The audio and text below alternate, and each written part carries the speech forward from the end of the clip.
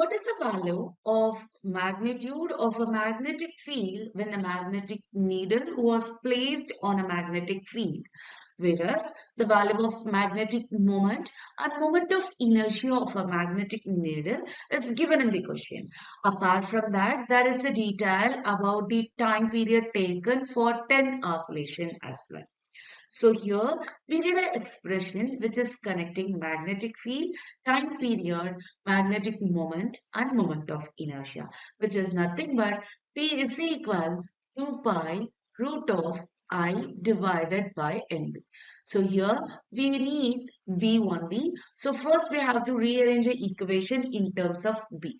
For that, when we are squaring on both sides, we will get T square is equal 4 pi square times I divided by M.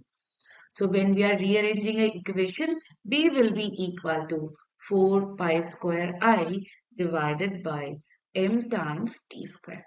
So I is representing the moment of inertia, which is given as 1 times 10 to the power negative, whereas M is representing the value of magnetic moment, which is given as 10 to the power negative 6 divided by pi square.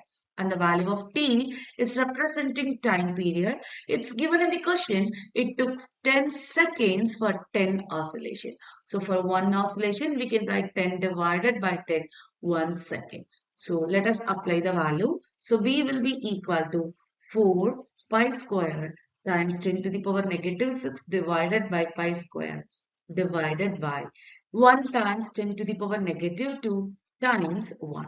So when we are simplifying the similar terms, we will have 4 times 10 to the power negative 6 times 10 to the power.